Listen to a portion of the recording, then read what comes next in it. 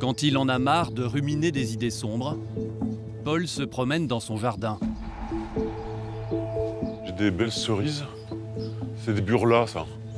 Mais même ici, il y a une pensée qui le hante depuis plusieurs mois. Une pensée dont il n'arrive pas à se défaire. D'ailleurs, je le regarde différemment, cet arbre. Pourquoi? C'est là que je voulais me pendre. Je voulais me pendre à cet arbre. Quand j'ai eu, pendant 15 jours, mes idées suicidaires, j'avais tout prévu. Si Paul a voulu mourir, c'est parce qu'il est victime d'une profonde dépression. Et la cause de sa dépression, c'est son travail.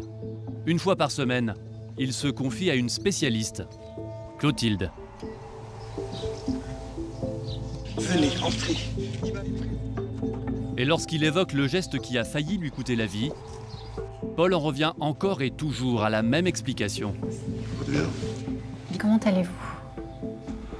Il y a des hauts, il y a des bas. Paul est chef de chantier. Il travaille dans une grande entreprise du bâtiment. Un employé expérimenté, bien vu de ses supérieurs et de ses collègues. Mais il y a 10 mois, tout change. Une nouvelle hiérarchie. Paul se sent mis sous pression. On lui impose des délais presque impossibles à tenir. Et lui qui se croyait solide, se rend compte que peu à peu, son travail lui devient insupportable. Je suis rentré de congé, de mes congés principaux. Donc j'ai fait une semaine, et le lundi, j'étais au boulot. Et le lundi soir, je me suis écroulé. Comme si j'avais reçu une balle dans la tête, quoi. D'accord. Il est resté cloué au lit pendant 15 jours, incapable de bouger et incapable de retourner travailler. Ne pas pouvoir faire face à mon travail était pour moi comme un déshonneur. Un déshonneur. Et pour moi, la seule punition, c'était de mettre de me suicider. Vouloir se suicider parce qu'on ne supporte plus son boulot, cela porte un nom. Le syndrome d'épuisement professionnel, ou plus simplement, le burn-out. Ceux à qui cela arrive parviennent difficilement à reprendre ensuite une vie normale. Le cas de Paul est un cas extrême, bien sûr, mais aujourd'hui, des gens qui craquent à cause de leur travail, des gens qui ne supportent plus la pression, il y en aurait des millions en France.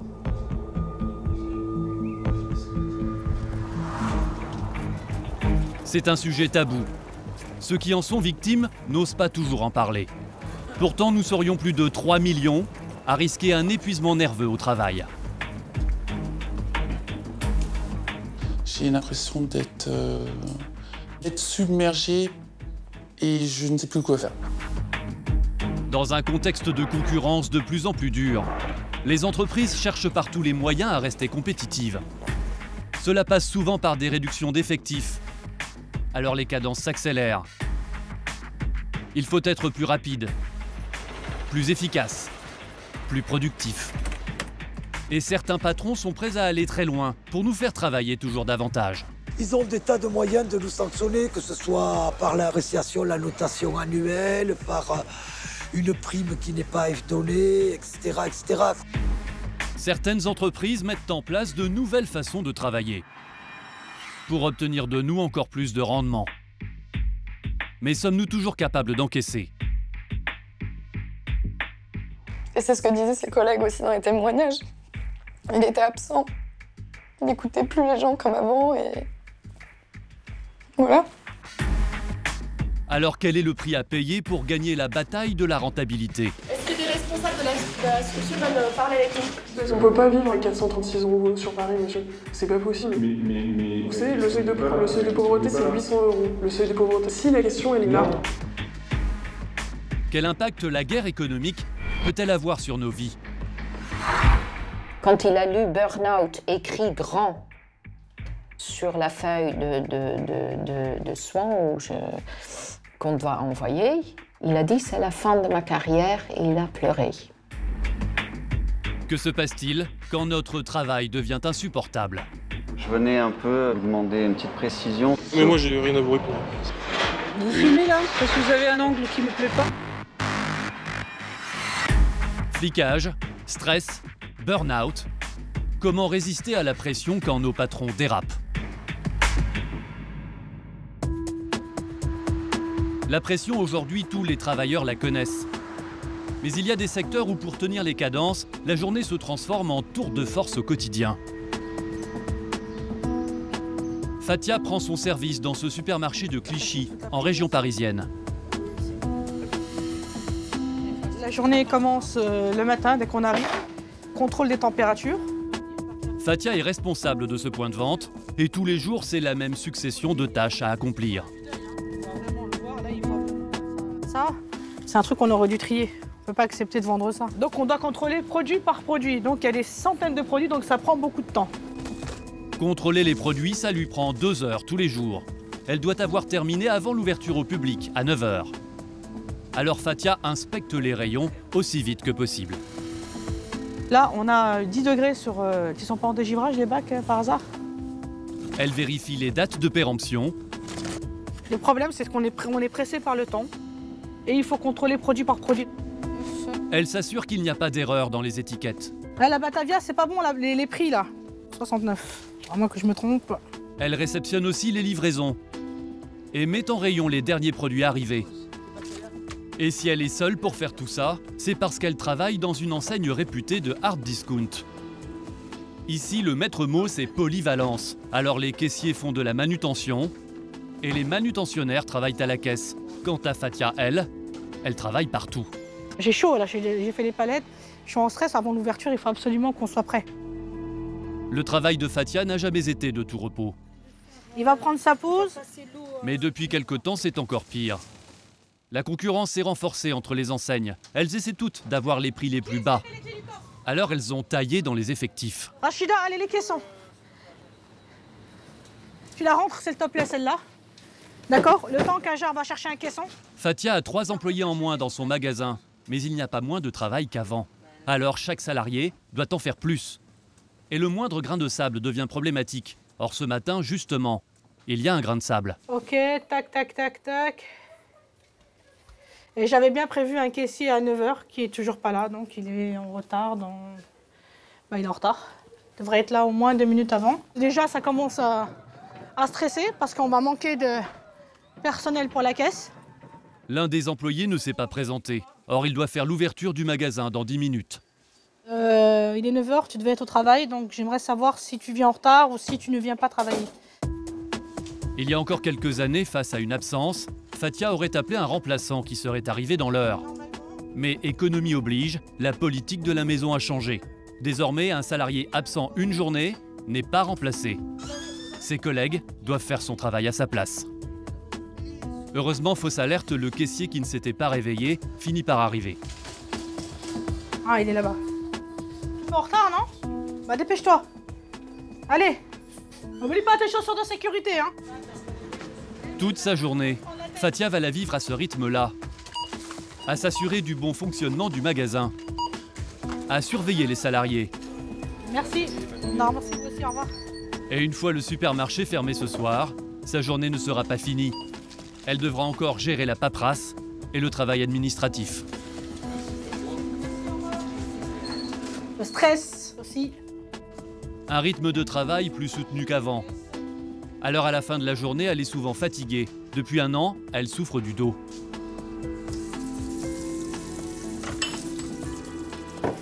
Je prends un cachet pour calmer la douleur, parce que je commence à ressentir des douleurs.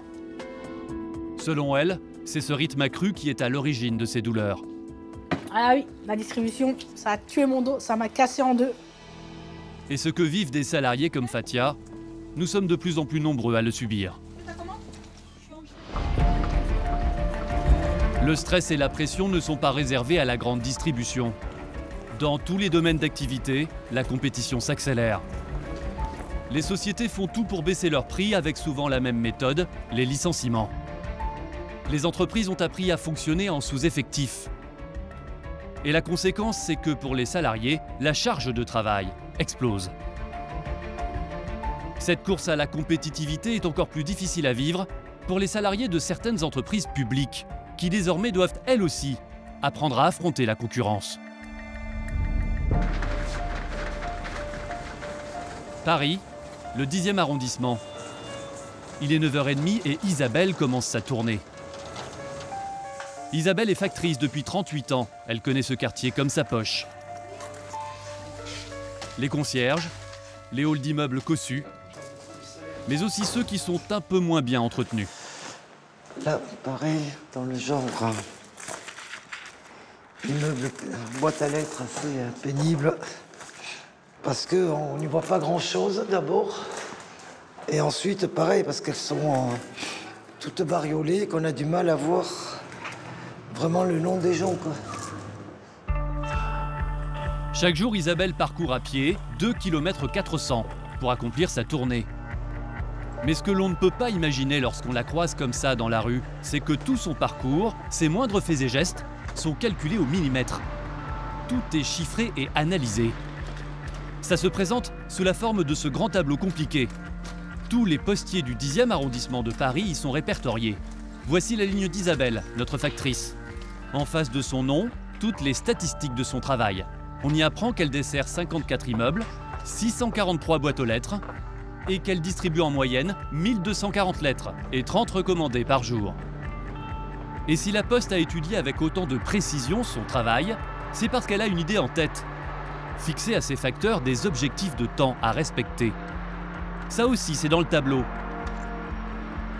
142, ça signifie qu'Isabelle doit faire toute sa tournée en 142 minutes.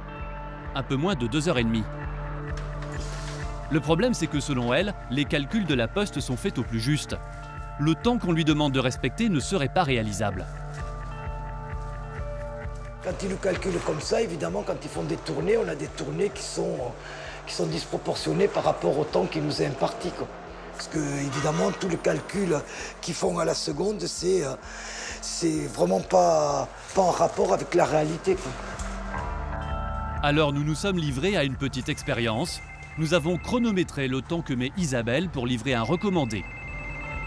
Selon le logiciel de la Poste, elle doit effectuer cette tâche en moins d'1 minute et 30 secondes. Oui, bonjour, c'est le facteur, j'ai recommandé. D'accord. 4e ça. Oui, merci. Là, je monte au 4e. Top chrono. C'est parti. Comme dans beaucoup d'immeubles anciens de Paris, pas d'ascenseur. Isabelle doit monter les 4 étages à pied. Pour les monter à un rythme normal, il lui faut à notre chrono environ 50 secondes. Bonjour. Je vais recommander. Merci. Ensuite, il faut présenter le bordereau et le faire signer au destinataire. Et ici aussi. Transmettre le recommandé lui demande 35 secondes de plus. Voilà. Merci. Au revoir. Bonjour, au revoir, Isabelle n'a pas traîné, mais il faut redescendre et une fois arrivé en bas, nous allons stopper le chronomètre. 2 minutes 15, alors que le logiciel de la Poste lui demande de le faire en moins d'1 minute 30. Isabelle est loin du compte. Et selon elle, c'est le cas 9 fois sur 10. 1 minute 30, c'est vraiment... Il faut être assis dans un bureau pour chronométrer et pour penser que ça c'est possible, quoi. Quand elle n'est pas dans les temps, Isabelle est obligée de finir sa journée plus tard. Mais si cela se produit trop souvent, elle risque des sanctions. Ils ont des tas de moyens de nous sanctionner, que ce soit par ce qu'ils appellent l'appréciation, la notation annuelle, par une prime qui n'est pas donnée, etc., etc., quoi. Donc ils ont des tas de moyens un peu comme ça, un peu de pression. Et du coup, les agents courent ou arrivent plus tôt. Nous avons sollicité la direction de la Poste pour connaître son point de vue. Elle n'a pas souhaité nous recevoir. Mais selon ses dirigeants, la réorganisation des services serait une question de survie économique pour la société. Il faut dire que nous écrivons de moins en moins de lettres. Depuis les téléphones portables, les mails, les réseaux sociaux, le volume du courrier s'effondre. Du coup, nous achetons moins de timbres et pour la Poste, c'est autant d'argent qui n'entre plus dans les caisses. Et puis surtout, la Poste a perdu son monopole. Elle n'est plus seule aujourd'hui à pouvoir transporter courriers et colis. Depuis 2011, elle doit affronter de nouveaux concurrents comme DHL ou FedEx. Des sociétés privées, habituées à la compétition et diablement efficaces. C'est pour toutes ces raisons qu'au final, la Poste s'est lancée dans un grand plan de restructuration. Mais ça ne se fait pas sans casse sociale, car la première conséquence, c'est la baisse des effectifs. En 2010, 11 700 agents en moins. 4 800 suppressions de postes en 2012. Et la baisse se poursuit. Près de 4500 postes en moins encore en 2013. Au total, plus de 20 000 emplois sur 200 000 en seulement 3 ans. Conséquence, beaucoup de salariés estiment que leur charge de travail s'est alourdie, alors que les salaires, eux, n'ont pas changé. Et cela provoque quelques remous. Ce matin, devant le bureau de poste du 10e arrondissement de Paris, celui d'Isabelle, quelques salariés font le piquet de grève. On vient d'annoncer 32 suppressions d'emplois dans ce bureau, qui en compte 200. Pour eux, cela signifie que les cadences de travail vont à nouveau augmenter. C'est la 5e réorganisation en 10 ans dans ce bureau. Et pour ces agents, c'est celle de trop. Quand j'ai connu ce bureau, il y aurait été plus de 500. Et aujourd'hui, on est à moins de 200. Au-delà de la surcharge de travail, ces plans successifs auraient surtout un impact violent sur la santé et le moral des postiers. Chaque réorg, on nous demande de s'adapter, chose qu'on fait mais qu'on ne peut plus faire. On change la manière de travailler, l'organisation interne, le découpage, tout le fonctionnement. Je vois de la solitude, je vois de la souffrance. De la solitude, de la souffrance. Les mots employés sont très forts. Alors ces salariés sont-ils trop alarmistes? Ou bien ont-ils des raisons de s'inquiéter? Lors de notre enquête, nous avons découvert qu'au sein même de l'état-major de la Poste, certains hauts responsables sont très conscients du danger. Ils ont même mesuré le phénomène et essayé de l'anticiper. C'est bon? Ok, super, merci. À plus tard. En plein cœur de Paris, dans le quartier du Sentier, voici quelqu'un qui connaît très bien la Poste. Elle s'appelle Astrid Herbert-Ravel. Oui, bonjour, vous allez bien? Vous n'allez pas bien? Bon, d'accord. Alors, je vous écoute. Astrid a longtemps travaillé à la Poste. Elle y a même eu des responsabilités puisqu'elle était directrice des ressources humaines pour la région Île-de-France. Il y a plusieurs années, elle a quitté la Poste suite à un contentieux. Mais les employés de la Poste, eux, continuent de l'appeler très régulièrement. Ce matin, par exemple, un salarié est au bout du rouleau. Est-ce que ce qu'on vous a dit, ça a eu des conséquences sur votre santé? Moi, j'étais en dépression. J'ai pas envie du tout de me retrouver comme certains à France Télécom ou ailleurs, pas envie d'aller tout ça, vraiment. Il peut y avoir... Des appels de postiers au bord de la crise de nerfs, Astrid en reçoit beaucoup. Elle estime aujourd'hui que les restructurations à la Poste ont des conséquences beaucoup plus graves qu'on ne le croit. Vous voyez des gens qui m'envoient des courriers recommandés avec leur dossier complet. Certains salariés ont adressé des courriers à toutes les instances dirigeantes et même directement au président de la société. Il en a reçu plein parce que tout le monde écrivait. Monsieur le Président, ce courrier est un appel au secours. Mon épouse... Cette lettre écrite par le mari d'une employée de la Poste explique que celle-ci vit un calvaire dans son environnement de travail et qu'elle est en dépression sévère. Son moral est au plus bas et je crains qu'elle n'en vienne au pire. Selon Astrid, aujourd'hui, la Poste n'a pas mesuré l'ampleur du traitement de choc que subissent les salariés. C'est ce que montrerait un document interne qu'elle s'est procuré. Il s'agit d'un fascicule de travail daté de 2012, intitulé « La conduite du changement » et destiné aux managers de la Poste. Dans ce document figure une courbe qui décrit par quelles étapes est censé passer un salarié lorsqu'il subit une décision douloureuse de ses supérieurs. Ce qui est prévu, c'est que le salarié encaisse d'abord un choc, puis qu'il passe par des phases de frustration et de dépression. Mais selon la courbe, le salarié devrait ensuite retrouver le moral et finir par accepter la décision de sa hiérarchie. Le problème, c'est que selon Astrid, ce schéma est trop optimiste. Certains salariés n'auraient jamais dépassé le stade dépression. Elle l'a vérifié en recoupant les bilans officiels de la Poste, avec plusieurs expertises. Vous avez combien de pages de documents au total? Sur les expertises, à raison de 200 pages en moyenne par expertise, j'en ai des dizaines et des dizaines, j'ai plus de 5000 pages. Et elle a découvert certains chiffres inquiétants. Ce tableau, par exemple, recense les arrêts maladie de plus de 3 mois. Entre 2005 et 2012, à la Poste, leur nombre a explosé. Plus de 70% d'augmentation. Le signe d'un vrai malaise qui frapperait toute la société. Moi, ces chiffres, je ne les ai pas inventés. J'ai repris tous les chiffres communiqués par la Poste dans le cadre de leurs bilans sociaux, qui sont des bilans officiels. Je crois qu'on est devant une organisation du travail qui est pathogène. Oui. Pathogène, c'est-à-dire dangereuse pour la santé. Car dans les cas les plus graves, ce qui guette le salarié, c'est l'obligation d'arrêter de travailler, voire des conséquences plus dramatiques parfois. Depuis quelques années, c'est d'ailleurs un phénomène qui fait régulièrement la une des journaux, le burn-out. Une dépression sévère, un effondrement psychologique complet qui frappe les salariés soumis à trop de pression. Et cela n'arrive pas qu'aux autres. Plus de 3 millions de Français seraient menacés. Et dans tous les secteurs, à l'hôpital, dans la police, dans l'éducation nationale et les plus grandes entreprises. Le point commun des victimes du burn-out, c'est souvent leur perfectionnisme. Face à la pression, ce sont des salariés qui veulent tenir le rythme, coûte que coûte, repousser leurs limites, quitte à se mettre en sur-régime. Mais c'est une trajectoire qui mène à la crise et qui peut parfois avoir une issue tragique.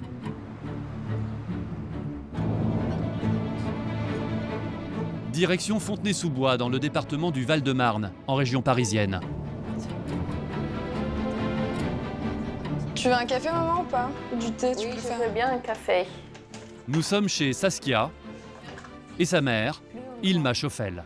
Tu viens quand à Rotterdam? Ça dépend, parce que le 14, je vois encore la police pour papa. Le père de Saskia, Nicolas Schoffel, était directeur de la communication interne au siège de la Poste, une fonction de haute responsabilité qui l'a mené même à écrire certains discours du PDG. Une place a priori enviable. Pourtant, en février 2013, il s'est donné la mort à son domicile. Sa femme, Ilma, et sa fille sont convaincus que ce suicide est lié à ses conditions de travail. Mon mari n'a pas osé être malade. Mon mari a eu très peur de perdre son travail ou d'être mis au placard. Donc il a continué, tout en étant malade. Ilma Schoffel explique que son mari s'est suicidé dans un contexte particulier. À l'époque, au siège social, l'heure est à la réduction d'effectifs. Certains de ses collègues partent en arrêt maladie ou sont licenciés, mais ils ne sont pas remplacés. C'est Nicolas qui récupère en grande partie leur travail, en plus du sien. Son rythme devient délirant selon sa famille. Il enchaîne les journées à rallonge. Il travaille le soir, le week-end et pendant les vacances. Jusqu'à une première alerte, un soir de février 2013. Il était déjà très maigre. Il a dit au revoir à ses collègues, même en blaguant, parce qu'il a fait toujours un mot de tendresse ou un mot d'humour à tous ses collègues. Il a descendu, il a pris l'ascenseur pour rejoindre les autres qui partaient. Et en bas, il a eu un malaise. Quand moi j'ai vu Nicolas, j'ai dit, chérie, on va aux urgences. Tu me fais peur. Il avait une couleur d'un gris, quasiment déjà un masque de mort. J'ai eu très peur. La sonnette a sonné et les SOS médecins étaient là. Chose très rare, après avoir été examiné par le médecin d'urgence, Nicolas Schoffel est diagnostiqué en burn-out. Il a bien compris. Quand il a lu burn-out écrit grand sur la feuille de soins qu'on doit envoyer, il a dit « c'est la fin de ma carrière » et il a pleuré. Nicolas se voit prescrire un arrêt maladie de 3 semaines. Mais s'il cesse de se rendre au bureau, il ne suit pas pour autant les recommandations du médecin. Et quand il est déclaré en burn-out, alors, il commence réellement à se reposer? Mais non. Mais non. Qu'est-ce qui se passe? Parce que il était angoissé. Il reçoit sur son téléphone professionnel une centaine d'appels, des dizaines de SMS et plus de 1500 mails. La pression ne cesse pas. Alors malgré son état, il continue de travailler même à distance. Aux yeux de sa famille, son état ne cesse de se dégrader. Je suis revenue 10 jours avant sa mort à Paris. Il était vraiment à fleur de peau parce que moi je voulais faire un dîner. Et il y a eu un micmac avec la viande, ça a foiré. Je commençais à pleurer, idiot. Et lui, ça l'a stressé, il a lui-même a pleuré, quoi. Et c'est maman qui me l'a dit. Même par Skype, quand je l'ai eu à son anniversaire, il était... Et c'est ce que disaient ses collègues aussi dans les témoignages. Il était absent. Il n'écoutait plus les gens comme avant et voilà. Il a fait des choses à finir, c'est-à-dire son équipe, et de laquelle il était responsable, ils l'ont sollicité jusqu'ils n'avaient plus besoin de lui. Ça lui a été fatal. Moins de 3 semaines après le début de son congé maladie, le 25 février 2013, Nicolas Schauffel se pend à son domicile. Il avait 51 ans.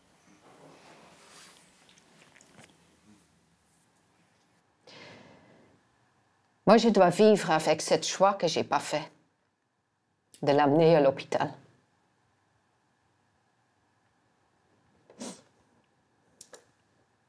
Ça aurait changé la course des choses. Selon sa femme, aucun doute, c'est le surmenage qui explique le geste de Nicolas. Et elle n'est pas la seule à le penser, car ce qui est arrivé à son mari va avoir des répercussions jusqu'au sommet de l'État. Tout de suite sur D8, jusqu'où certaines entreprises sont-elles prêtes à aller pour mettre la pression sur leurs salariés? L'intervention de ce monsieur à l'initiative de c'est une intervention qui est absolument abjecte. Alors comment lutter lorsque le surmenage nous guette? Lorsqu'on ne peut plus faire face aux exigences de nos employeurs? J'ai l'impression d'être submergé et je ne sais plus quoi faire. Je m'effondre. Quel est le prix à payer pour gagner la bataille de la rentabilité? Est-ce que les responsables de la structure veulent parler avec nous? Parce qu'on ne peut pas vivre à 436 € sur Paris, monsieur. C'est pas possible. Mais... Vous savez, le seuil de pauvreté, c'est 800 €. Le seuil de pauvreté. Si la question, elle est là. Que se passe-t-il quand notre travail devient insupportable? Je venais un peu demander une petite précision. Non mais moi j'ai rien à vous répondre. Vous fumez là? Est-ce que vous avez un angle qui ne plaît pas? Flicage, stress, burn-out. Comment résister à la pression quand nos patrons dérapent?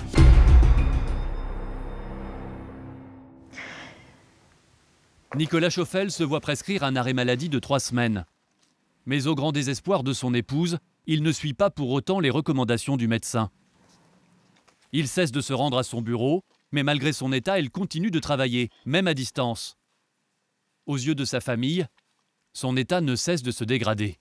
Il a fait des choses à finir, c'est-à-dire son équipe, et de laquelle il était responsable, ils l'ont sollicité jusqu'ils n'avaient plus besoin de lui. Ça lui a été fatal. Moins de 3 semaines après le début de son congé maladie, le 25 février 2013, Nicolas Schauffel se pend à son domicile. Il avait 51 ans.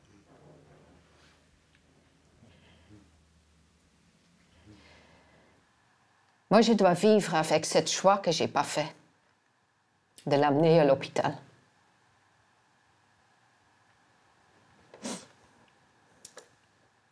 Ça aurait changé la course des choses. Selon sa femme, aucun doute, c'est le surmenage qui explique le geste de Nicolas Schauffel. Et elle n'est pas la seule à le penser. Quelques semaines après le drame, l'inspection du travail enquête sur ce suicide et elle établit un lien très clair. Ce lien, il est écrit noir sur blanc, dans ce document que nous avons pu nous procurer. Cette lettre est datée du 30 septembre 2013, 7 mois après le décès du cadre. Elle est adressée à sa veuve, Ilma Schauffel, et rédigée par l'inspecteur du travail. Son objet, c'est précisément l'enquête sur le suicide de Nicolas Schauffel. Et les conclusions de l'inspecteur sont sans équivoque. Il apparaît qu'il y a bien un lien fort entre le geste fatal de M. Schauffel et son travail, ce qui devrait conduire à reconnaître son décès en accident du travail. Vous m'indiquerez la position retenue par la Poste sur cette question. Quelques jours plus tard, le décès de Nicolas Schauffel sera bien reconnu comme accident du travail par la Caisse d'assurance maladie. En revanche, du côté de la Poste, on a un point de vue différent. Après le drame, la direction de la société a pris position. Elle refuse de se sentir visée par ce qui est arrivé. Elle ne reconnaît aucun lien entre le suicide de son cadre et son travail. Pour comprendre cette position, nous avons sollicité à plusieurs reprises les dirigeants de la Poste. Notre demande d'interview a été refusée. Nous nous étonnons que vous ayez mené pendant plusieurs semaines une enquête sur notre groupe sans avoir entendu des représentants de sa direction. En conséquence, cette analyse exclusivement à charge ne nous semble pas compatible avec une prise de parole dans votre documentaire. Croyez bien que nous le regrettons. Nos questions resteront sans réponse. Il n'y a eu aucune suite judiciaire à l'affaire, mais selon les syndicats, le cas Schauffel ne serait pas isolé. En 5 ans, il y aurait eu environ 200 suicides étroitement liés aux conditions de travail à la Poste. Après le geste de son mari, Hilma Schauffel s'est lancée dans un combat personnel pour qu'à l'avenir, des drames comme celui-là soient évités. Elle a écrit au président de la République, François Hollande. Et après cette lettre, pour la première fois en France, le président a demandé la création d'un groupe de travail sur le burn-out professionnel. Un groupe de députés a également lancé un appel en décembre pour que le burn-out soit reconnu comme une maladie professionnelle et prise en charge par la sécurité sociale. Reste une difficulté. Le burn-out n'est pas une maladie ordinaire. Il est difficile à dépister. Et les premiers concernés sont souvent les derniers à se rendre compte qu'ils foncent vers un mur. Alors dans les coulisses des entreprises aujourd'hui, il y a des gens qui se battent pour repérer les victimes potentielles du surmenage, pour identifier les plus fragiles, et surtout pour intervenir avant qu'ils ne commettent l'irréparable.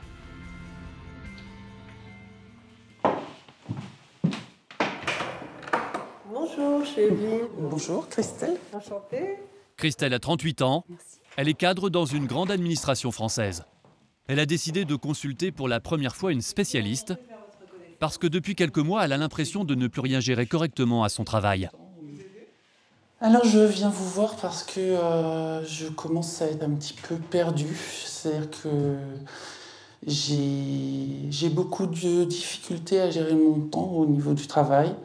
J'ai l'impression d'être submergée et je ne sais plus quoi faire. A priori, rien d'alarmant. Christelle est fatiguée. Cela arrive à chacun d'entre nous. Mais en lui posant certaines questions, la spécialiste va découvrir que derrière ce que l'on pourrait prendre pour une simple déprime passagère, il y a bien plus grave. Racontez-moi une journée type, par exemple, que vous avez. J'arrive au travail vers 9h le matin. J'allume mon poste. Je me rends compte qu'il y a beaucoup de mails, il y a beaucoup de papiers sur mon bureau, il y en a de plus en plus. Nerveusement, je craque. Comment vous dites ça? Je craque, ça veut dire que vous avez des crises de larmes? Je pleure beaucoup. Je pleure beaucoup parce que c'est dur à accepter en fait. Je m'effondre. Pleurs, stress, sentiment d'échec, l'impression de ne pas pouvoir s'en sortir. Christelle présente plusieurs symptômes avant-coureurs du burn-out. Mais elle ne semble pas réaliser la gravité de son état. Vous me dites, je ne supporte pas cet échec. Ah oui, je le prends pour moi. Je suis fautive d'un échec. Et ça, Christelle, ce n'est pas vrai. Vous n'êtes pas responsable de cet échec. Ça ne veut pas dire que vous n'avez pas la main, qu'il n'y a pas des choses sur lesquelles vous n'allez pas pouvoir agir. Et c'est peut-être sur ça qu'on va travailler, vous et moi. Pour la spécialiste, il y a urgence. Et le seul remède, c'est le repos immédiat. Mais là encore, cela n'a rien d'évident parce qu'aussi surprenant que cela puisse paraître, la jeune femme n'envisage pas du tout de s'arrêter de travailler. Aujourd'hui, par exemple, si je vous propose d'aller voir un médecin et de lui parler de tout ce que vous m'avez dit, il est probable qu'il vous arrêtera. Il vous arrêtera au moins 8 jours, vous voyez. Est-ce que ça, c'est quelque chose qui vous fait peur, d'être arrêté? Oui, j'ai refusé. Ça m'a déjà été proposé. Et pourquoi vous avez refusé? Parce que pour moi, c'est pas une solution d'être arrêté et je sais que même pendant cet arrêt, je vais pas arrêter de penser à mon travail. C'est une situation classique. Christelle n'arrive pas à accepter l'évidence. Elle pense qu'elle peut encore faire face. Tout le travail de la spécialiste, c'est de lui faire comprendre que cet arrêt maladie est nécessaire et qu'elle va devoir revoir toutes ses priorités. Il va falloir que vous vous protégiez de toutes ces entrées parce que vous allez être engloutis. Dans les organisations aujourd'hui, on ne peut plus faire un travail parfait. Il y a cette fameuse phrase qui dit « le mieux est l'ennemi du bien », mais alors plus que jamais, le mieux est l'ennemi du bien. Aujourd'hui, il faut tenter de faire au mieux, avec les moyens qu'on a, et il y a même des choses qu'il faut apprendre à bâcler. Selon la spécialiste, ce type d'entretien n'est efficace que dans 60% des cas. Cela veut donc dire que 40% des patients ne réussissent pas à prendre du recul avec leur boulot. Plusieurs mois après notre tournage, nous avons repris contact avec Christelle. Elle n'a toujours pas accepté d'arrêt maladie. Et de son propre aveu, elle est toujours en souffrance à son travail. Les entreprises sont de plus en plus exigeantes dans leur recrutement. Et ceux qui ont la chance de décrocher un job ont ensuite le sentiment d'être sous pression. Ce sentiment se renforce, d'autant qu'aujourd'hui, la technologie a fait tomber la barrière entre le temps professionnel et le temps personnel. Un salarié sur 2 avoue qu'il consulte ses mails de travail le soir à la maison, le week-end et même en vacances. Ils sont de plus en plus nombreux à avoir le sentiment d'être connectés en permanence à leur patron, voire même sous surveillance. Il faut dire que désormais, nos employeurs en savent beaucoup plus sur nos faits et gestes qu'on ne se l'imagine.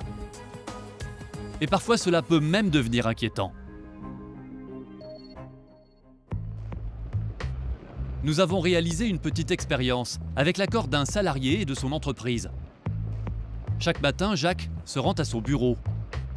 Et avant même qu'il soit entré dans le bâtiment, premier contrôle, une caméra de vidéosurveillance filme son arrivée. Dans le hall d'accueil, deuxième contrôle. Il doit passer un portique électronique. Ce genre de dispositif était autrefois réservé à la sécurité des aéroports. Aujourd'hui, il est banal dans les entreprises. Le badge permet de vérifier l'identité, mais il enregistre aussi l'heure à laquelle le salarié arrive et repart. Des informations enregistrées sur place au PC sécurité.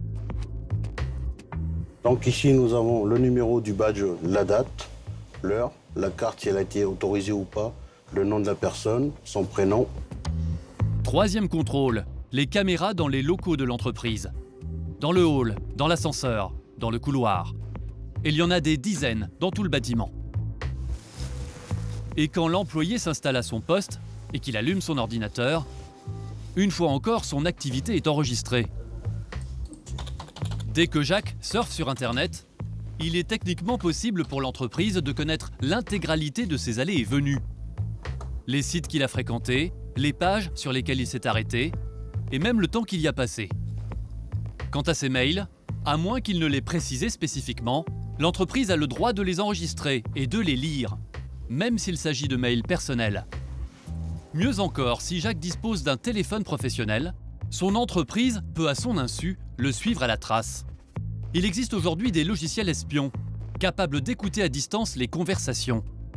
C'est interdit par la loi, mais c'est possible. Oui, Thierry, bonjour. Ouais, c'est Jacques. Je te confirme le rendez-vous qu'on avait dans l'après-midi.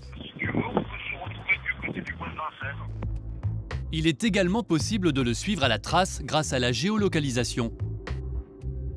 Et on peut également, sans qu'il le sache, écouter ses conversations, même quand le téléphone est éteint. Les embouteillages avec les grèves de... En fait, t'as appelé Julien pour la soirée de vendredi. Ça aussi, c'est illégal, mais les logiciels qui permettent cela sont faciles à trouver sur Internet. Les systèmes de surveillance en tout genre se sont répandus dans toutes les sociétés françaises. Et ce n'est que la face la plus visible du système. Lorsque les entreprises font face à des problèmes graves, comme des vols ou des fuites d'informations confidentielles, elles sont prêtes à aller beaucoup plus loin encore. Elles font alors appel à des agences spécialisées, des sortes de détectives privés un peu particuliers, dont le business est en plein essor. Leur nom ? First Investigation, Agence Beaumont, ou encore ADSS VIP. Et pour mener à bien leur enquête, elles ont recours à des méthodes dignes des films d'espionnage.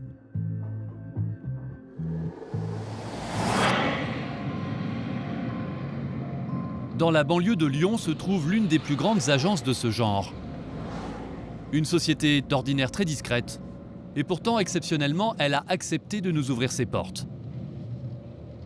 Une dizaine de personnes travaillent ici. Pour des questions de confidentialité, nous ne verrons aucun des salariés. À leur tête, David Ornus, 43 ans, un ancien légionnaire, devenu enquêteur privé. Je te dérange pas?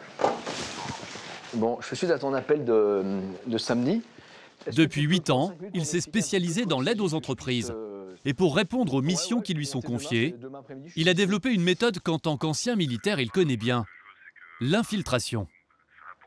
Les demandes des clients sur les infiltrations sont des demandes récurrentes, en forte augmentation depuis 2-3 ans, parce que les entreprises qui font appel à mes services sont confrontées à un problème qui leur porte préjudice, un préjudice économique généralement lourd, vol, sabotage, trafic d'informations, fuite d'informations, espionnage économique. Et pour savoir ce qui se passe, il y a un moment où il faut de l'information.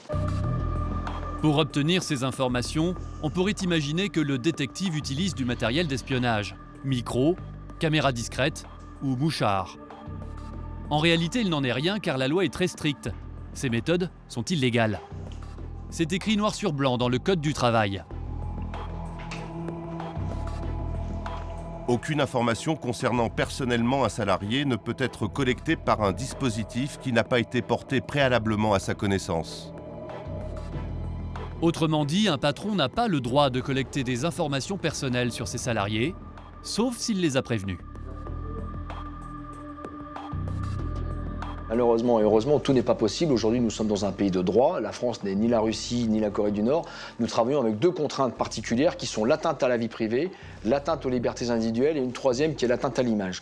Donc bien souvent, les gens pensent qu'on fait du film et de l'image. Ceci dit, ce qui sert, c'est souvent nos rapports circonstanciés qui sont recevables en justice et qui décrivent ce que l'on a vu. Alors, pour obtenir des renseignements, David va faire appel à des enquêteurs, des professionnels de l'infiltration. Ce matin, il a rendez-vous avec l'un d'eux pour faire le point sur sa dernière mission. Tu vas bien? Sympa d'être venu, viens. On va se mettre là-bas tranquille, tant que je fasse couler mon café. Cet homme travaille pour David depuis 8 ans. Sa spécialité, c'est de se fondre dans une entreprise, de se faire passer pour un employé lambda et d'en profiter pour observer et obtenir les renseignements dont il a besoin. Cela n'a rien d'évident. Il faut à chaque fois inventer une nouvelle identité. Dans leur jargon, ils appellent cela une légende. Avant de t'envoyer dans l'entreprise, on avait créé une légende pour toi. On t'avait dit, voilà, tu es agent intérimaire, tu viens du chômage, tu es franco-marocain, tu es marié, pas d'enfant, tu habites à Bron. Tu te rappelles que vu la configuration des autres collaborateurs, il fallait que ce soit relativement solide et crédible pour pas que tu sois mis en doute ou mis de côté. Donc. Ça s'est super bien passé. D'accord. Sa dernière mission consistait à démasquer les auteurs de plusieurs vols dans un magasin de parfums. Les responsables de l'enseigne étaient convaincus qu'un employé indélicat dérobait de la marchandise. L'espion a mené l'enquête pendant plusieurs jours et il vient de rendre son rapport. Cela permettra à l'entreprise de construire un dossier en cas de procès. Ton rapport impeccable, tes observations, tes conclusions, tout ce que tu as écrit, parfait. Ça a permis à l'avocat de faire son boulot. L'infiltré a réussi à démasquer le voleur. Mais pour y parvenir, il lui a fallu beaucoup de patience. Il a accepté de nous faire découvrir comment il s'y était pris. D'ici 5 à 10 jours, tu repars. L'homme nous emmène sur les lieux de son enquête. Le magasin de parfums se situe dans un grand centre commercial. C'est un magasin assez étendu avec une demi-douzaine d'employés. Aux yeux du détective, potentiellement, ils étaient tous suspects. Pour identifier le voleur, le détective s'est fait embaucher dans le magasin voisin. Puis, il a lié connaissance avec les différentes vendeuses de la parfumerie pour essayer de leur soutirer des renseignements. Ouais, je vais te montrer les parfums qui sont le maximum vendus. Ça va être ce style-là de parfum. Sur les étagères, il nous fait remarquer des bouteilles en libre service. On appelle cela des testeurs. Ils permettent aux clients de sentir les parfums avant de les acheter. Ces testeurs ne sont pas destinés à être vendus, et ça, tous les employés du magasin le savent. Est-ce que vous avez des testeurs à vendre, des choses comme ça, non? Non, ça se vend pas? Non. C'est interdit, c'est marqué. Ce sont justement ces testeurs qui disparaissaient avant même d'être mis en rayon. D'après les responsables de l'enseigne, on en avait volé plusieurs centaines. Le voleur se servait donc directement dans le stock, espérant que cela ne se remarquerait pas sur le chiffre d'affaires de la boutique. En fait, ces testeurs, ils rentrent pas dans le chiffre d'affaires du magasin, quoi. Voilà, tout à fait. Pour trouver le coupable, le détective a sympathisé plusieurs semaines avec les vendeuses. Pause café, pause déjeuner, le moindre prétexte était bon pour les faire parler. Et un jour, l'une d'elles s'est confiée à lui. Elle lui a avoué que quelqu'un volait les testeurs, une personne au-dessus de tout soupçon, puisque c'était la patronne du magasin en personne. D'après cet employé, la chef subtilisait les flacons juste après qu'ils aient été livrés par les fabricants et avant qu'on y place un antivol. C'était presque comme s'ils n'avaient jamais été livrés au magasin. Mais là, par exemple, sur les testeurs, là, on voit quand même qu'il y a un code barre finalement dessus avec un antivol. Ouais, cette personne a dit que les testeurs arrivaient avant même qu'ils puissent mettre le code barre. C'était vendu à un bon prix. C'était écoulé à quel prix après? C'était écoulé à exactement 35 €. C'est toujours content, 35 € le parfum, ça se vend facilement. Le détective a découvert qu'ensuite, la responsable de la boutique écoulait son butin sur Facebook. Dans de petites annonces comme celle-ci, les flacons volés étaient revendus entre 35 et 50 €, soit à peine un tiers du prix en magasin. Au total, la voleuse aurait détourné pour près de 200 000 € de marchandises. Cette enquête a été facturée près de 20 000 € par le détective privé, mais elle a mis fin à plusieurs années de détournement de parfums en seulement quelques semaines d'enquête. Tu peux me mettre où tu veux, et j'arrive à passer facilement inaperçu. J'essaye d'être le monsieur tout le monde. Il faut que je sois là, que je sois un bon collègue de boulot. Il faut que je sois aimable, à l'écoute, psychologue. Seulement voilà, toutes les enquêtes ne se déroulent pas aussi bien. Parfois, les infiltrés comme cet homme n'arrivent pas à trouver les auteurs des vols aussi rapidement qu'ils le souhaiteraient. Alors, pour accélérer leur enquête, pour gagner du temps, certains sont parfois tentés de pousser la logique du flicage beaucoup plus loin encore, quitte à franchir les limites de la légalité. Plusieurs affaires ont défrayé la chronique ces dernières années. En juin 2013, le groupe Euro Disney a été condamné à 150 000 € d'amende pour avoir enquêté illégalement pendant plusieurs années sur les personnes qui postulaient à une embauche.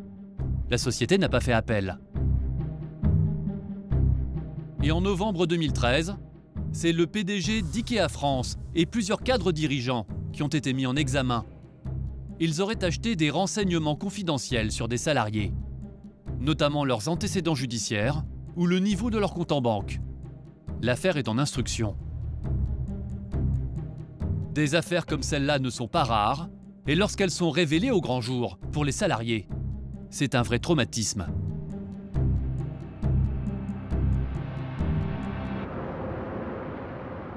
Dans la région de Bordeaux, une affaire particulière a marqué les esprits tout récemment, à Villeneuve-d'Ornon. Sur le parking de cette zone commerciale, nous avons rendez-vous avec un délégué syndical. Il n'en revient toujours pas d'avoir été espionné sur son lieu de travail. Dans le magasin de bricolage qu'il emploie, Cédric Thévenet et ses collègues ont été infiltrés. Voilà, c'est dans ce magasin à Villeneuve-d'Ornon, au sud de Bordeaux, qu'entre décembre 2011 et mars 2012, un faux salarié en CDD a été embauché par la direction du magasin afin d'espionner illégalement les salariés de l'entreprise. La mission de ce faux salarié était de débusquer un ou des voleurs. Mais au bout de plusieurs semaines, son enquête piétinait et il serait allé beaucoup plus loin. Il aurait essayé de piéger certains salariés en leur proposant de l'aider à dérober du matériel. Il espérait ainsi démasquer les employés malhonnêtes, mais évidemment c'est une méthode illégale. Nous sommes tombés sur le rapport circonstancié jour après jour en fait, des pièges qu'il tendait au magasin et notamment aux pièges qu'il tendait aux salariés en copinant avec eux et en les surveillant d'une part et d'autre part en les incitant à commettre des vols. Après chaque journée de travail, l'homme rédigeait un compte-rendu pour la direction. Nous avons pu nous procurer un extrait d'un de ses rapports. Tout y est raconté dans les détails. Voici comment il a essayé de piéger un vendeur du rayon jardin. Je lui dis, je suis en train de prendre un appartement avec un petit jardin. J'ai vu que tu as des produits qui sont vraiment sympas. Faudrait qu'on s'arrange tous les deux. D'une manière assez directe, il me répond, même pas en rêve. En plus, les prix sont assez accessibles. Le ton de sa voix me laisse penser qu'il est vraiment sincère, sérieux, et que je ne dois pas insister. Nous avons voulu interroger des salariés pour recueillir leurs témoignages, mais ils ont reçu pour consigne de ne pas parler aux journalistes. Alors nous sommes entrés dans le magasin en caméra cachée. Et tous les salariés que nous rencontrons se rappellent encore de cet étrange collègue qui prêchait le faux pour savoir le vrai. gars, il est limite, rentre dedans, quoi. Ouais. Voilà, est-ce que tu peux me sortir une pâte de pas trop carrelage? un peu- Et puis bon, moi personnellement, si comme je suis là, quelqu'un serait venu au rayon et me dire ouais, mais est-ce que tu peux me sortir ça? Il aurait insisté un peu, je peux vous dire que je ne vais pas faire de ma place. Je peux vite remonter en haut et dire écoutez, le gars que vous avez pris là pour travailler, il me demande de piquer et qu'est-ce qu'il va Ah faire? ouais. Et les gens, ils en disent quoi ici? Ils étaient choqués? Ah oui, forcément. Mais bon, après, quand on a rien à se reprocher, c'est sûr, sur le principe, ça se fait pas, mais bon, après, voilà. C'est des méthodes Abusive, ouais. Nous avons sollicité une interview auprès de la direction du magasin. Notre demande est restée sans réponse. Alors nous avons essayé de convaincre les responsables de nous recevoir sur place, mais sans succès. Je venais un peu vous demander une petite précision sur, mais moi, j'ai rien à vous répondre. sur l'affaire moi, Marc-Olivier. Ça vous dit quelque chose? Non, rien à vous répondre, monsieur. Ah. Le dossier visiblement est sensible. Notre caméra n'est définitivement pas la bienvenue. Vous filmez là? Parce que vous avez un angle qui me plaît pas? Bah jamais. La direction ne nous recevra pas. Il faut dire que lorsque l'affaire a été révélée en janvier 2013, elle a fait les titres de toute la presse. La direction du magasin est accusée d'avoir fliqué ses employés. La taupe infiltrée parmi les salariés fait scandale. Comment pouvez-vous accepter que vous soyez tenté par un barbouze ou par un mercenaire à commettre des vols? C'est-à-dire qu'en fait, l'intervention de ce monsieur à l'initiative de Castorama, c'est une intervention qui est absolument abjecte. Suite à cette affaire, une plainte a été déposée par le syndicat pour atteinte à la vie privée. La direction, elle, se défend en affirmant que l'infiltré procédait à un audit interne et qu'il ne s'intéressait ni à la qualité du travail des salariés, ni à leur vie privée. Aujourd'hui, le dossier est en instruction, mais dans ce genre de cas, la loi peut être très sévère. Les employeurs risquent jusqu'à 300 000 € d'amende et 3 ans de prison.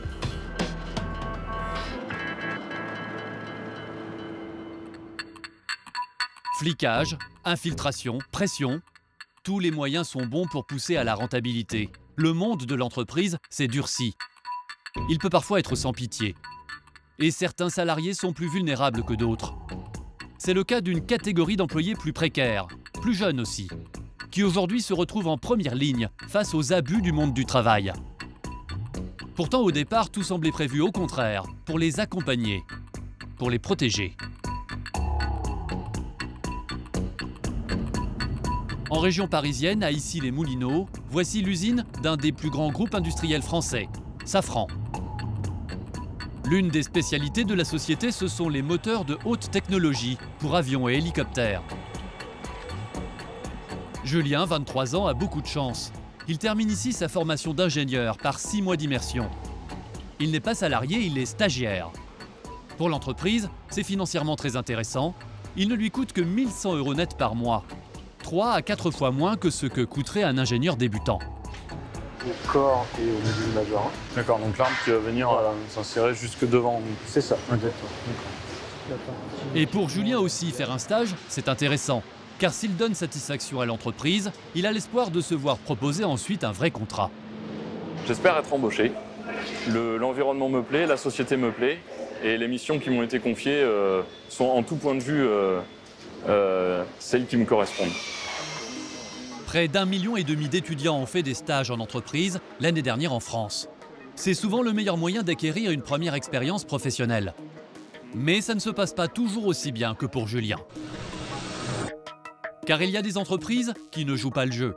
Des entreprises qui ne considèrent pas les stagiaires comme des jeunes gens qu'il faut former, mais plutôt comme une sorte de main-d'œuvre pas chère. Certains en ont quasiment fait un système de fonctionnement. Nous nous sommes intéressés à une entreprise qui a la réputation d'employer un grand nombre de stagiaires. Il s'agit d'un groupe de médias bien connu des ados et des étudiants. Le cœur de son business, c'est un site internet. Ce site cible les jeunes. On y trouve des news et des potins sur les stars de la télé-réalité, du cinéma et de la chanson. En haut de la page, un onglet Job et carrière. Plusieurs offres d'emploi sont listées. Mais quand on y regarde d'un peu plus près, on se rend compte qu'un poste proposé sur 2 est en fait un stage. On cherche un stagiaire natif brésilien, un stagiaire en comptabilité ou encore un rédacteur ou une rédactrice web stagiaire. Nous remplissons une candidature spontanée et quelques semaines plus tard, nous avons rendez-vous au siège pour un entretien avec une responsable des ressources humaines. Enchanté. Je vous en prie. Merci. Elle nous accueille dans son bureau et, surprise, nous allons avoir droit à un véritable entretien de motivation, comme si nous étions là pour un poste important. Aujourd'hui, vous êtes à la recherche d'un stage, c'est ça? Parce que moi, je vois que vous avez fait des montages, des cadrages.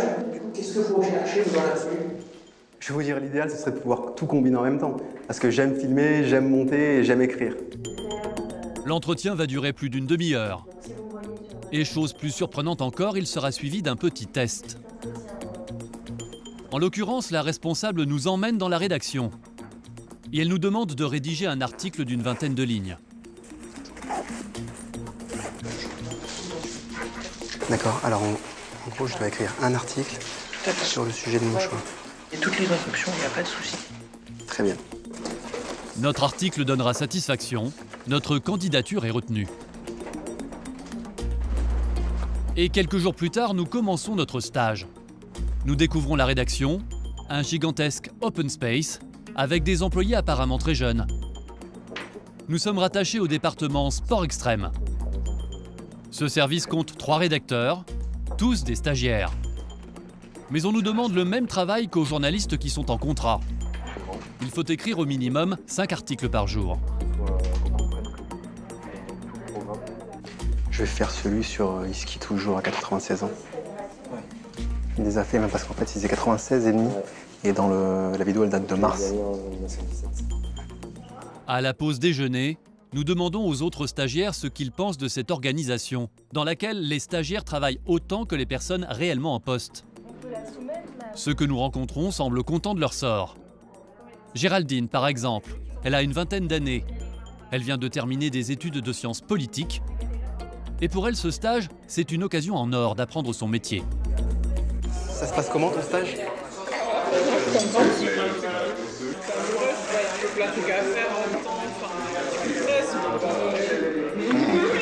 Ça va, globalement, t'es contente? Ils font bouger Là, hier, je suis allée au Casino de Paris. Et puis là, ils vont peut-être me mettre sur l'interview d'une chanteuse. Donc, ouais, je pense faire des trucs quand même. Ouais, non, c'est vrai, t'apprends. Ah ouais, c'est bien. Parce que c'est le but, hein, enfin. À la pause cigarette, nous faisons la connaissance de Stéphanie. Pour elle aussi, ce stage, c'est l'occasion inespérée de travailler dans un domaine qui l'intéresse. Et surtout, elle espère obtenir une vraie embauche par la suite. T'es stagiaire depuis quand? Depuis juillet. Et ça se passe bien? Ouais. T'apprends beaucoup de trucs? Ouais. Ouais, au niveau du matériel, et quand on part en tournage, moi je me fais un chose d'être là. Tous les stagiaires que nous croisons semblent satisfaits. Au moment de notre tournage, plus de 40% des effectifs étaient des stagiaires. Une économie intéressante pour l'entreprise, puisque les stagiaires sont payés ici 436 € par mois, le minimum légal. Mais si tout cela est conforme à la loi, ce type d'organisation qui profite du faible coût des stagiaires pour faire tourner presque toute une entreprise, ça commence à poser problème pour de plus en plus de jeunes.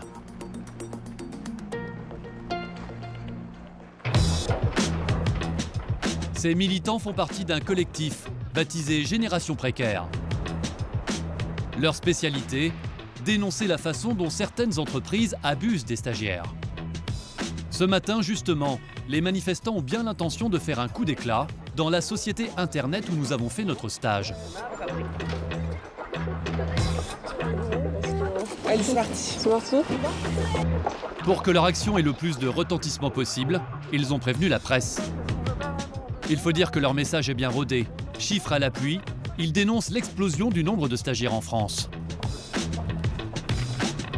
On sait qu'il y a 1,5 million de stagiaires en France, alors qu'il y en avait 800 000 avant la crise de 2008. Donc c'est pas rare ce genre de situation. De vrais emplois sont remplacés par des stagiaires. Voilà. Les manifestants font irruption dans les bureaux. Bonjour. Bonjour. pouvez nous ouvrir? Tout de suite sur D8, vous verrez que certains patrons sans scrupules sont prêts à tout pour profiter d'une main-d'œuvre peu coûteuse, en exploitant les salariés les plus jeunes. Alors, les horaires. Là où je suis intransigeant, c'est l'horaire de début. C'est 8h30. Derrière certaines institutions censées aider les plus jeunes à démarrer une carrière, se cachent en réalité parfois des pratiques illégales. Je dois avouer que quand je donne le chèque, quand on me pose aucune question, ça prend 5 minutes top chrono. Je pense que c'est un business, je pense qu'ils font beaucoup d'argent là-dessus. Il faut poster aussi des annonces sur tout ce qui est aussi de spécialisé. Ouais. D'innovation, de soins, etc. Et ça dérange pas les gens de parler à des stagiaires ou alors on leur dit pas? Ah non, vous leur dites pas.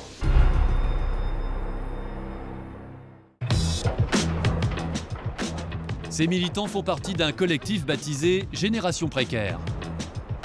Leur spécialité, dénoncer la façon dont certaines entreprises abusent des stagiaires.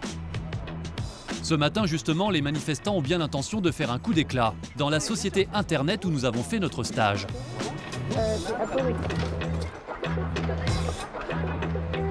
C'est parti. C'est parti.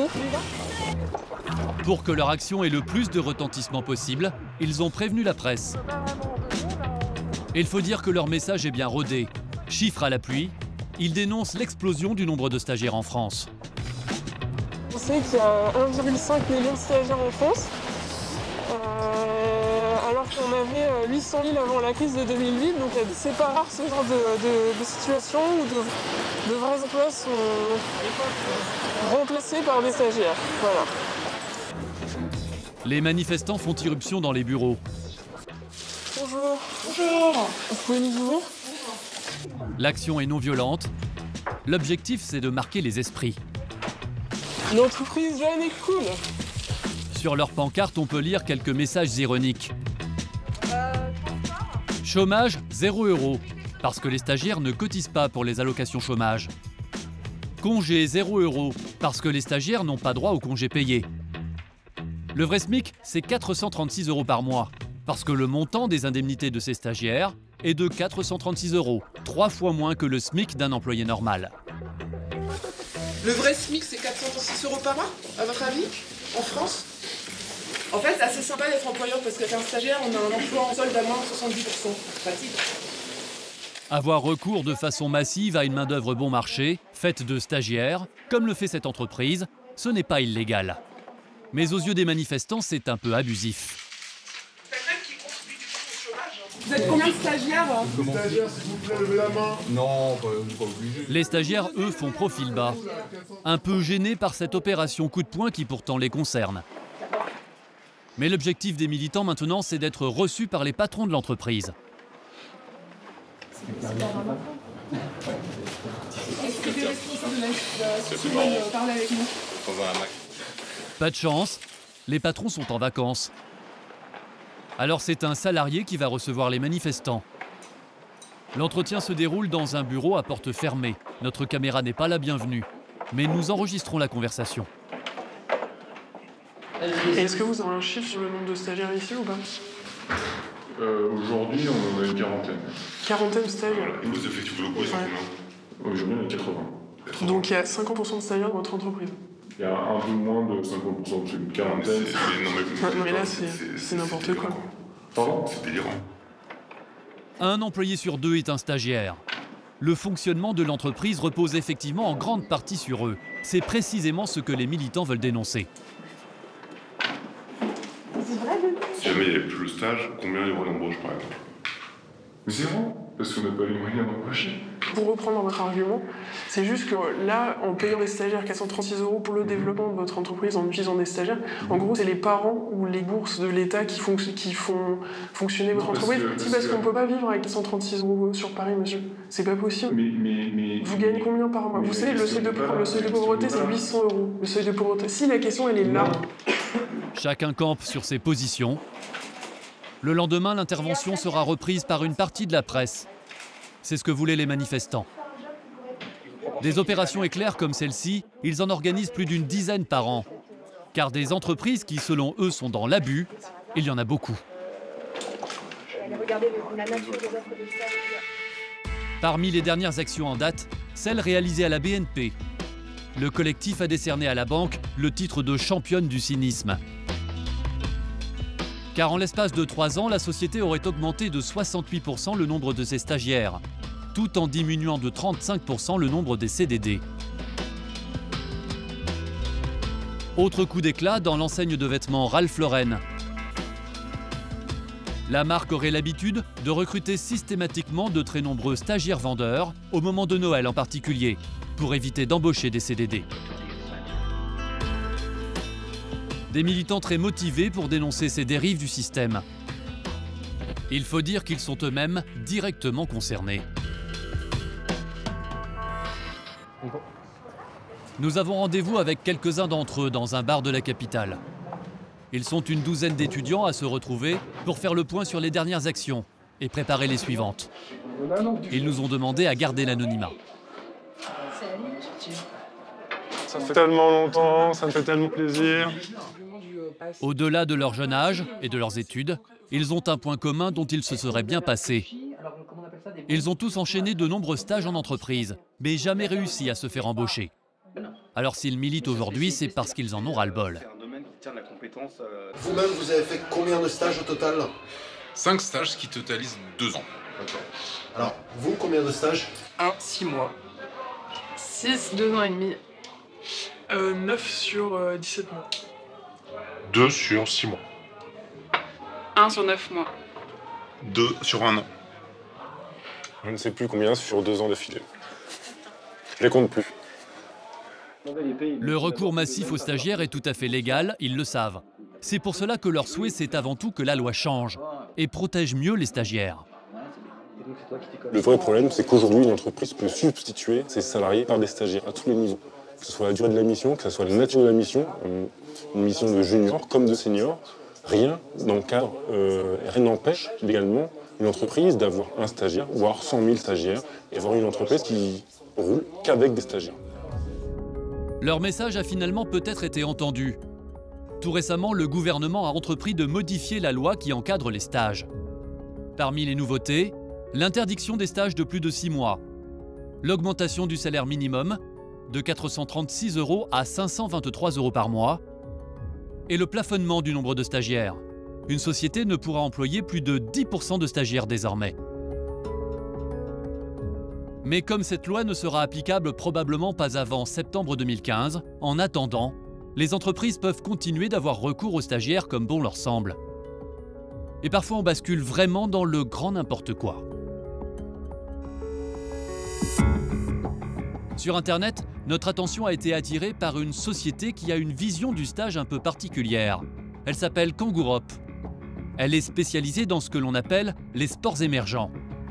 Elle propose des échasses urbaines, des appareils de glisse en tout genre ou encore des bulles de plastique géantes, des accessoires qui sont utilisés par les centres de vacances. Mais ce qui nous a surpris, c'est que l'entreprise affirme qu'elle ne fonctionne qu'avec des stagiaires. C'est le patron lui-même qui le revendique dans une vidéo sur son site.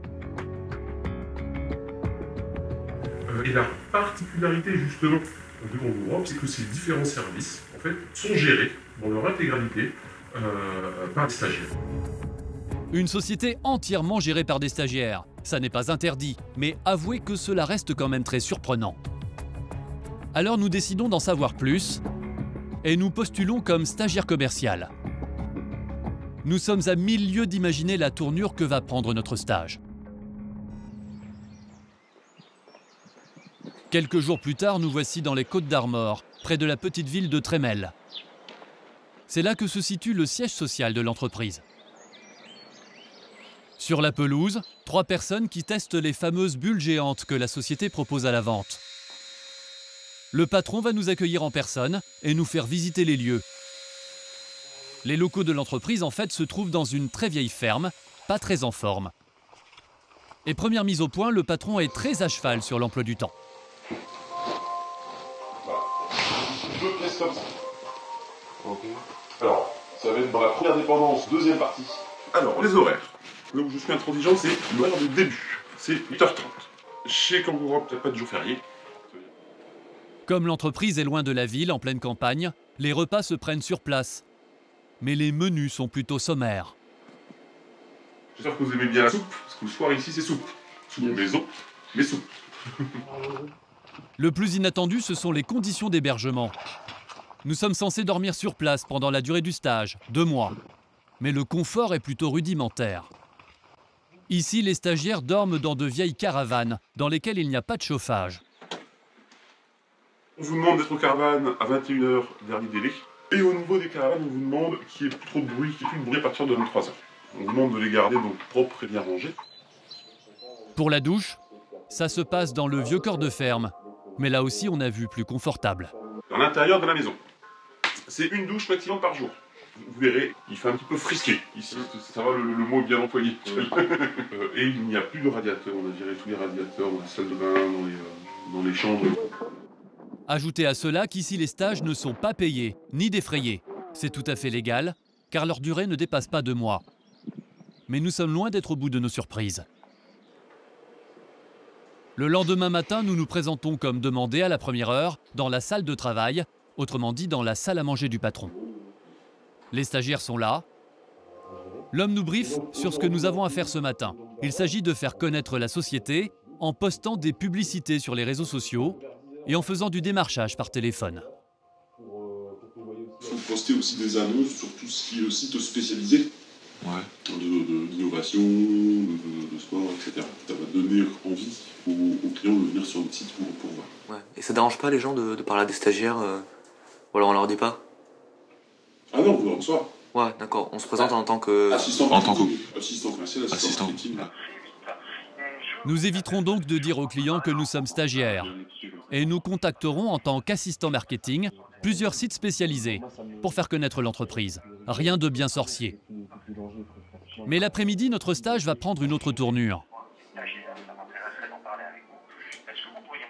Ça ne se passe plus du tout dans la salle à manger, mais à l'extérieur, dans cette grange en ruine, et plus précisément sur son toit.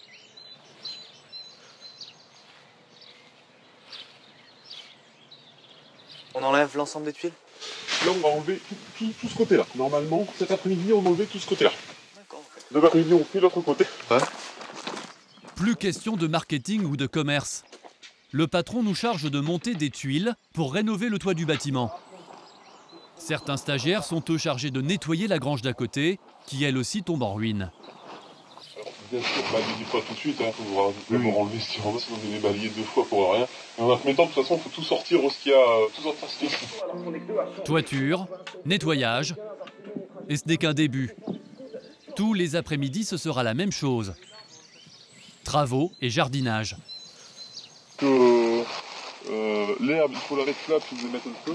Finalement, l'essentiel de ce stage en entreprise consiste à retaper la propriété du patron. Alors cette fois, le soir, au moment du dîner, les stagiaires dépités ont le sentiment de s'être fait avoir. Tu veux un maximum de travailleurs à un moindre coût. Lui, il veut des scouts pour faire du boulot. Parce qu'avant, il était DRH. C'est pour ça qu'il sait manager. Ouais, mais c'est clair, mais j'ai halluciné à chaque fois. Quelques jours plus tard, 2 des stagiaires partiront. Ils ne voudront pas continuer dans ces conditions. Depuis notre tournage, les drôles de pratiques du patron de Kangourop ont été dénoncés à l'URSSAF. La justice l'a condamné pour travail dissimulé à 500 000 € de redressement fiscal. L'homme a fait appel. Le stagiaire est une proie facile. Il a besoin de gagner sa vie. Il est parfois prêt à tout pour entrer sur le monde du travail et ajouter quelques lignes à son CV. Il est prêt à être moins payé que les vrais employés pour faire le même travail. Il est prêt à faire de longs horaires. Et quand il n'a pas le choix, il est même prêt parfois à payer lui-même. Alors certains n'hésitent pas à en profiter. Dans un quartier du centre de la capitale, voici Léo, 24 ans. Léo a déjà fait plusieurs stages. Seulement maintenant, il a terminé ses études. Et sur le marché de l'emploi, pour le moment, il ne trouve rien. Alors, faute de mieux, Léo cherche un nouveau stage. Et comme il lui faut le statut d'étudiant pour cela, il vient de se réinscrire dans une école de commerce qui a des locaux à quelques mètres de là, indiqués par ce panonceau. Sauf que cette école, Léo n'a aucune intention d'y mettre les pieds. Vous allez suivre les cours? Non, c'est surtout pour pouvoir bénéficier d'une convention de stage. Et a priori, c'est combien? 580 €. 580 € pour avoir le statut étudiant et espérer obtenir un nouveau stage. Alors cette école profiterait-elle des jeunes qui ont besoin de travailler pour leur vendre des conventions et se faire de l'argent facilement? Sur Internet, lorsqu'on tape « convention de stage », il y a de quoi se poser des questions. Des articles de presse évoquent le business des marchands de stage, ou encore les conventions de stage bidons proposées à la vente par des écoles peu scrupuleuses. Il semble bien que les stages fassent l'objet d'un commerce illégal. Alors pour en savoir plus, nous nous rendons dans l'école où Léo s'est inscrit, dans ce petit immeuble. Nous filmons en caméra cachée. Bonjour. Une secrétaire nous accueille à l'entrée. Ici, il n'y a visiblement aucune salle de cours, juste une petite pièce avec un bureau. Nous expliquons que nous souhaitons nous inscrire pour obtenir une convention de stage. Oui. En principe, nous devrions être interrogés sur notre parcours d'étudiant, sur les matières que nous souhaitons apprendre. Mais on ne nous demande que nos papiers d'identité, 2 photos et un chèque de 586 €. La secrétaire prépare la convention de stage sans poser d'autres questions. Alors nous lui demandons quand même s'il est réellement possible de suivre des cours dans cette école. Si je veux suivre une formation après, ça se passe où en fait? Est-ce que vous avez... C'est avec des lots, nos locaux, et il faut payer les frais pédagogiques supplémentaires. Des frais pédagogiques supplémentaires. Voilà donc une école surprenante où les cours sont en option. Encore plus surprenant, la secrétaire est en train de rédiger une convention de stage, alors que nous n'avons pas payé l'option pédagogique. Une option qui d'ailleurs coûte assez cher. D'accord, c'est combien l'année? C'est l'année? Pour 6 mois. C'est un diplôme de l'enseignement supérieur privé. Des cours facultatifs et une convention de stage délivrée sans question. La formule n'est vraiment pas banale.